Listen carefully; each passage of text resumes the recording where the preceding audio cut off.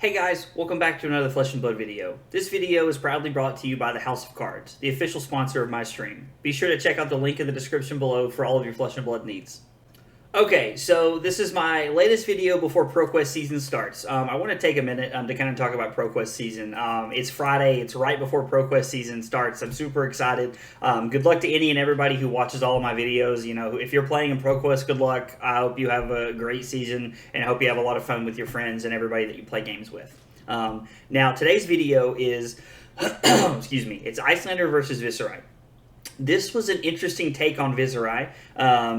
Our opponent is playing 3 AB plus Tunic. It's the first time I've seen a Viserai player doing that. Now, it's interesting to note because the game before, I had played against the exact same person playing Viserai, and they were running AB2, and they were running Spellbound Creepers, and they were running Aether Ironweave. So I found it interesting they swapped it up a little bit, and the second game was actually pretty neat, and I kind of wanted to highlight some of the points of the game. So thanks for stopping by, guys, and I hope you enjoy the video.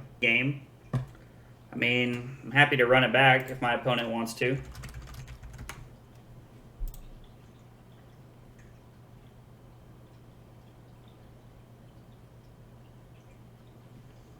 Fryer, Dash, Stormbind, Iyslander, Oldhim, Viserai. And we took out the energy potions last time because they seemed... And we took out Frost Hexes and 2 Ice Eternals. I mean, I haven't played a lot against Viserai, so it is good to get some reps in against the deck.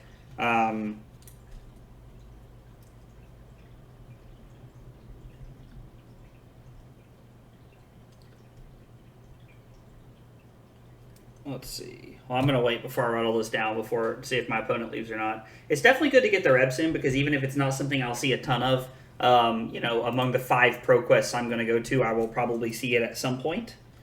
So...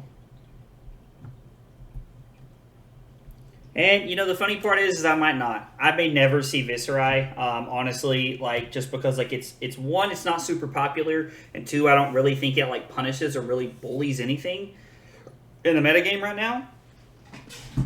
So, I might just not see it at all.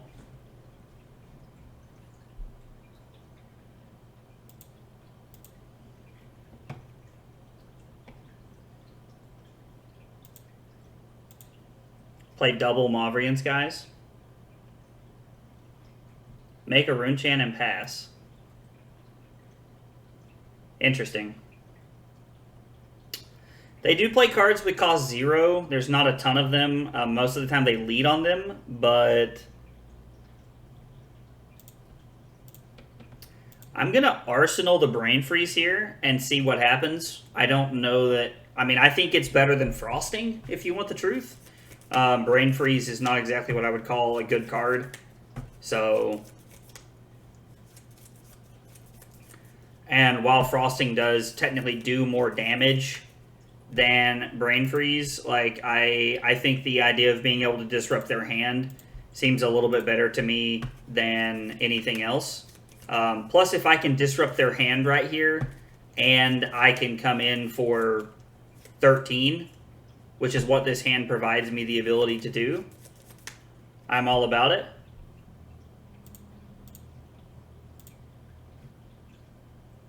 So we put Lead to Charge on top. I mean, their turn just can't be that impressive here. Plus, if I take some damage here, I'm automatically in a better spot for my Wounded Bull actually being for 8.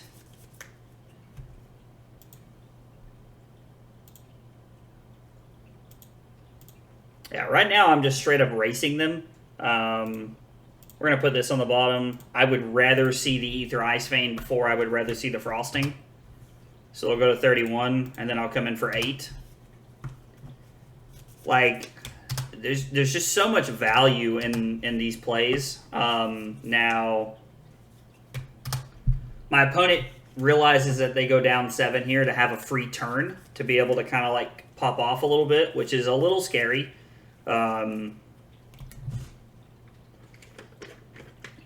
It is tough. Like, so like that's the only downfall of those hands is while I threw 13 points at my opponent. Like, they kind of get to have like free run here because they know I'm not going to pop Storm Striders this early in the game.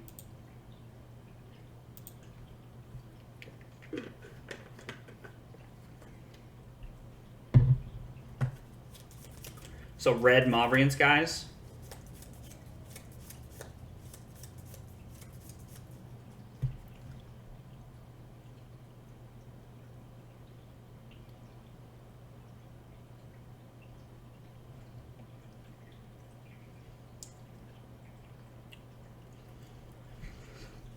So this is another time that we're faced with a tough decision.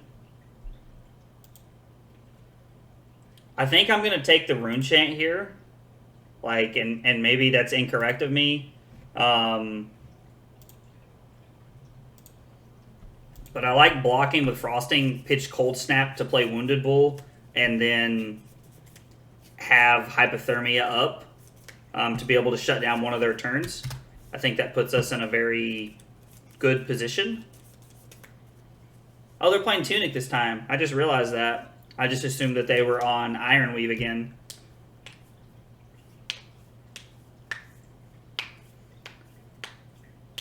One of the things that I find really interesting about Iyslander is that if you play against Iyslander, it honestly kind of doesn't really matter who you play against. Yeah, we'll take both the Rune Chants here. And this is going to be for 4, I assume, with the rest of the modes. So I go to 23, and then I'll take 5 and go to 18, and then I'll serve 8. Yeah, this is fine.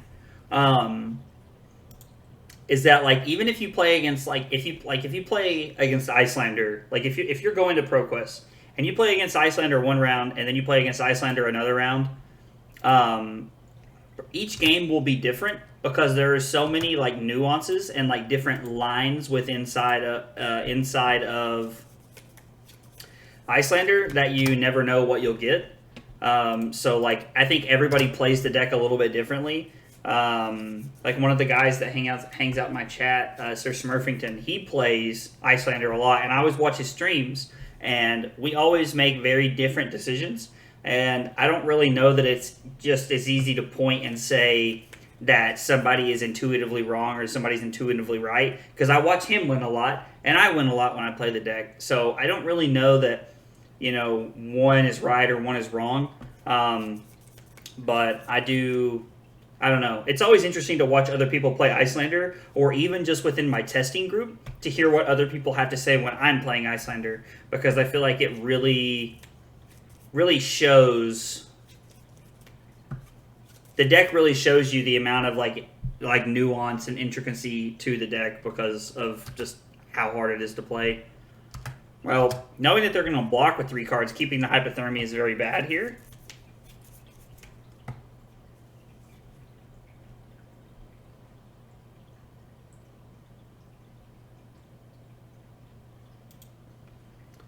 I mean, I don't mind keeping my hand here because it allows me to push a very solid amount of damage on my turn.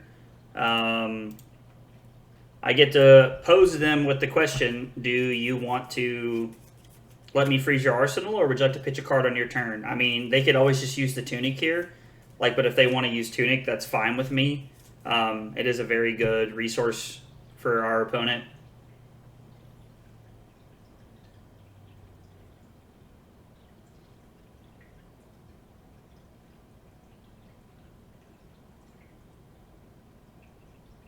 They could have a very resource awkward hand and be forced into a weird position.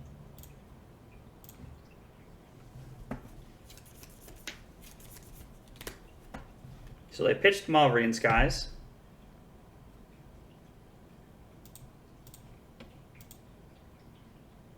I'm gonna send 7, gain a life here, and then I still have Waning Moon afterwards.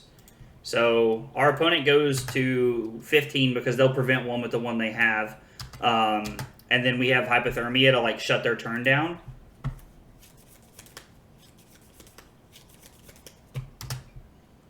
Mordred Tide is not great for us.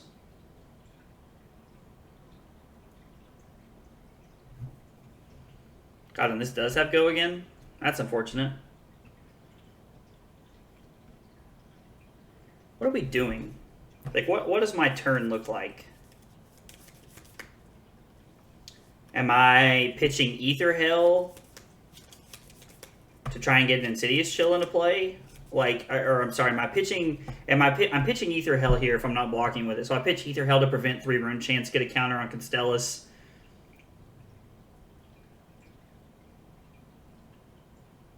And then I could pitch Frosting to... I could block with Frosting, or I could pitch it to prevent Rune Chance. I should probably pitch Insidious Chill here. Like, my play should probably be pitch my cards and then just keep one of my cards to activate Coronet Peak here. I think that's the correct play, is to just...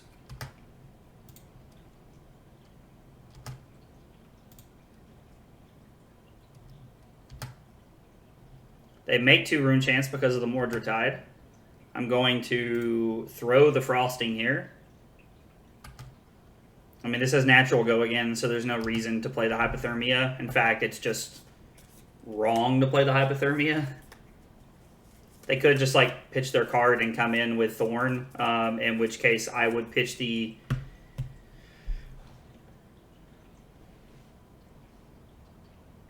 So they're going to use Tunic here. Well...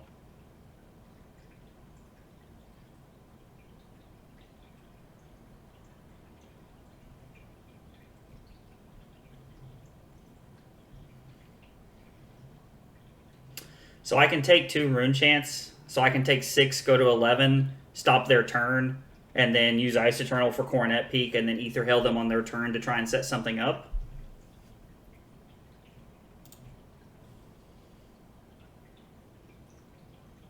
So they're not going to be able to attack with anything else after this.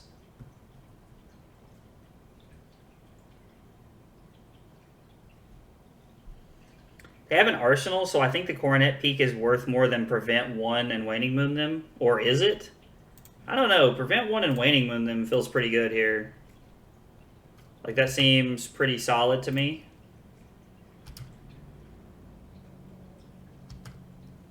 And then I'm just going to go to 12, and then I'm going to have them join us at 12.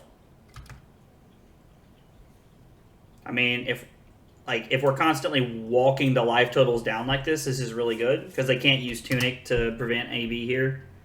I mean, oh, they're just going to prevent all 3? Okay. I would have thought that would have been a card they would have wanted to Arsenal there, but... I have been wrong before. So, I just made the gruel mistake that I often talk about my opponents doing, where I drop my card on the table.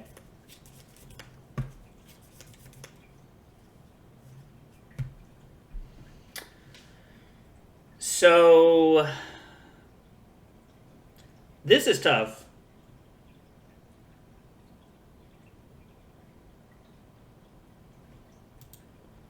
The Frostbite won't really make a difference here, so I should just wait, because they have Tunic up.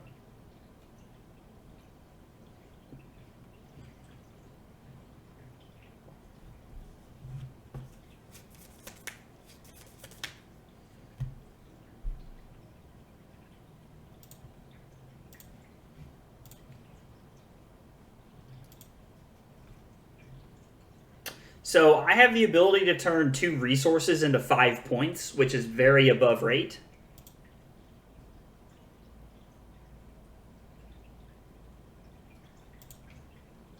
I will prevent 1.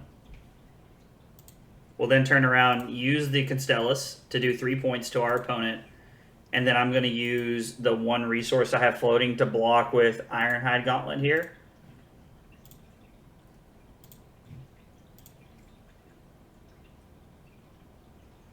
I could also block with, so I take 5, go to 6.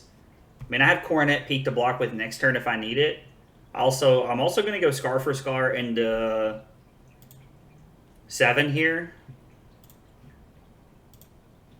So me doing this guarantees that, well, I mean, even if I blocked with the Peak, I would have had Go again. I guess I can't guarantee I'm going to gain a life here, but it is pretty probable that they'll throw a card here, I imagine. I can't imagine that they're just going to say, I'll go to 6.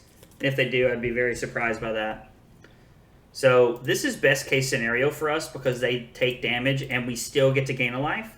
So we go to 7 and we're not presenting lethal, so they can go to 1 if they want, but going to 1 against a deck that plays Stormstriders is extremely dangerous.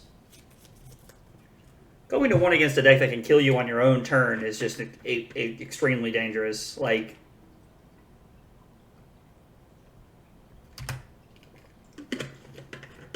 so we even the life total up and they have 1 card.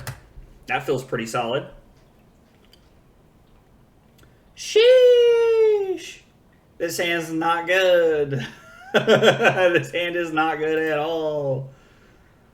Oh, boy.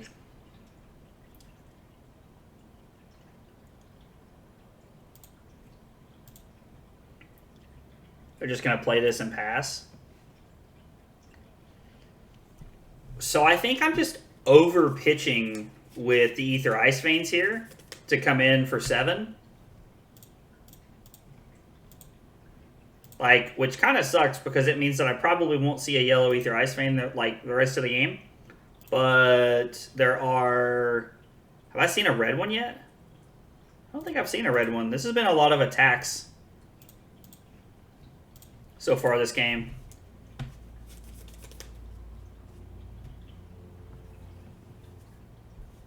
Okay.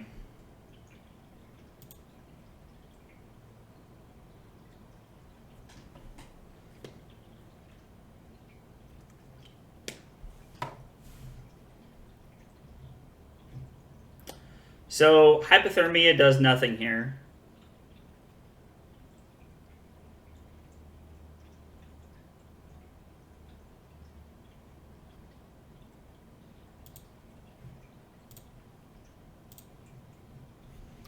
I mean, I've got to block all the rune chants.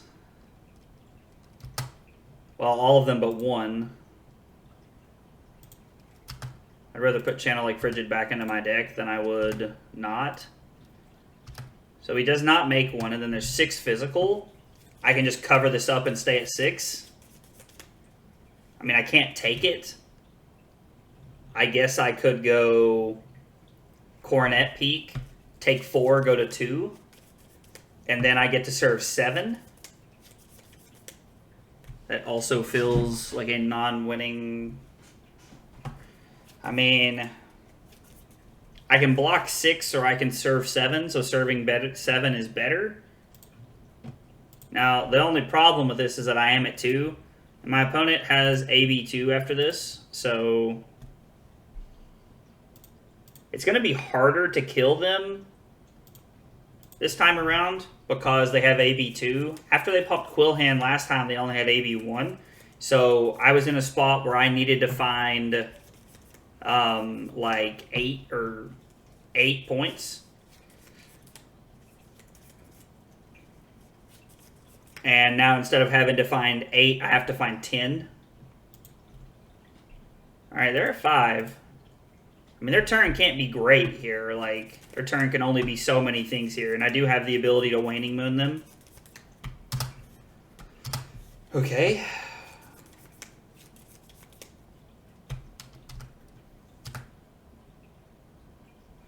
Revel, Lead the Charge, Shrill.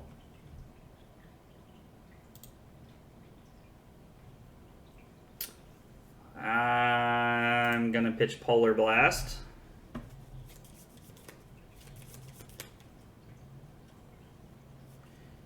So I know they have Shrill in their hand.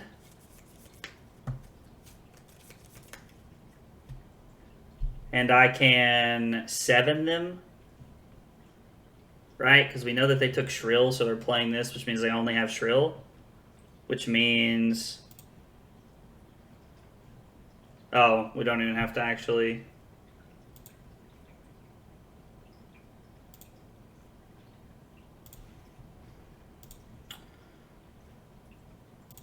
And then if they do have something, I can use the other 2 to prevent Arcane. Yep, and then they die to the Scolding. Nice. Okay, so this game really speaks to a lot of things in my opinion. This is going to be a long post-video, like post-match video, so I apologize in advance. One of the first things I want to talk about is the fact that they were running 3 AB and Tunic, and we still won the game. We were at 2 when the game was over. Like, we won with Storm Striders like we always do at the end of the game. Like, it was just, I don't know. Like, it just kind of...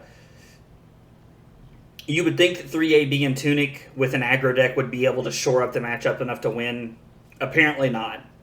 Now, the second thing I want to talk about is that if you have watched the MNR podcast and the video where Michael Hamilton talks about this matchup and you know how he feels about it, he said this is the easier of the 2 Rune Blades. From Michael Hamilton's opinion, this is the best matchup you have into an aggro deck, and that accounts Dash, FaBrary, all the standard aggro decks that people are playing right now. There are just multiple points over the course of the game where like we took tempo, we gained points here and there. Like, the E-Strike Wounded Bull turn was really good. That was a 13-point turn, and we went up 7, which means even though we didn't have an arsenal, we were putting ourselves into a position where we were ahead. If you have a big turn like that to play catch-up, and then they get to have a big turn following your big turn, you're still behind. But having that turn to be up 7 points was very good. I don't know, like this matchup just really speaks to Iyslander as a whole, in my opinion, and kind of speaks to how bad the Viserai matchup is. I know it's the Friday before ProQuest, but if you're playing Viserai for ProQuest, I would strongly suggest you play something else unless you have found this breakout plan that nobody else has found or has seen yet.